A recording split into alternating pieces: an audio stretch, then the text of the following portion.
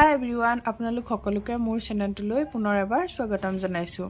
আজি মই আপোনালোকক অতি সহজ পদ্ধতিৰে মেখেলা কেনেদৰে চিলাব পাৰি তাকে দেখুৱাম। আহকচোন ভিডিঅ'টো ষ্টাৰ্ট কৰোঁ।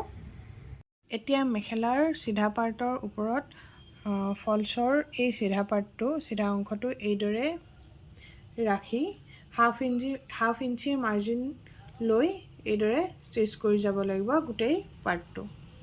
এতিয়া এইদৰে হাফ ইঞ্চিৰ মাৰ্জিন লৈ এইদৰে মেখেলাখন চিলাবলৈ আৰম্ভ কৰিলোঁ। তলফাল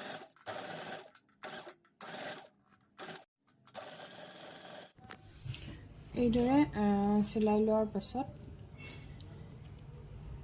এতিয়া এই ফ্ৰণ্ট পাৰ্টটো আৰু ইটো চাইডৰ ফ্ৰণ্ট পাৰ্টটো এতিয়া এফালৰ ফ্ৰণ্ট পাৰ্টটো আৰু এফালৰ ফ্ৰণ্ট পাৰ্টটো এই দুইটা সাইড এনেদৰে ৰাখি ওপৰৰ ফালৰ পৰা হাফ ইঞ্চি মাৰ্জিন ৰাখি একেবাৰে তললৈকে চিলাই ল'ব লাগিব।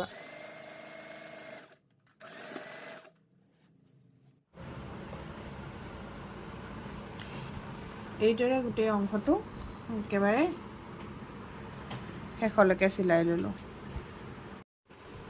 এতিয়া এই পাৰ্টটো এনেদৰে ভিতৰলৈ এনেদৰে সমানকৈ সুমুৱাই এই উল্টা ছাইডৰ পৰা এনেদৰে ষ্টিচ কৰি গ'লেই হ'ল। সমান কৰি পেলাই এইটো উল্টা কৰি এইদৰে ৰাখি এতিয়া ষ্টিচ কৰি যাম। এইদৰে গোটেই অংশটো ষ্টিচ কৰি ল'লোঁ। এতিয়া চিধা কৰি দেখাম। এতিয়া চিধা কৰি ওপৰৰ অংশটো এইদৰে চিলোৱা হৈ গ'ল। এতিয়া চিধা কৰি দেখালে ওপৰৰ অংশ এইদৰে। মই একদম ওপৰৰ অংশ চিলোৱা নাই, কাৰণ ইয়াৰ পৰা সূতা ওলোৱা নাই, গতিকে সেইবাবে চিলাই দিয়া নাই। আৰু বেছিকৈ যদি চিলাই দিওঁ ওপৰৰ অংশ তেতিয়া মেখেলাখন বেছি চুটি হৈ যাব, সেইবাবে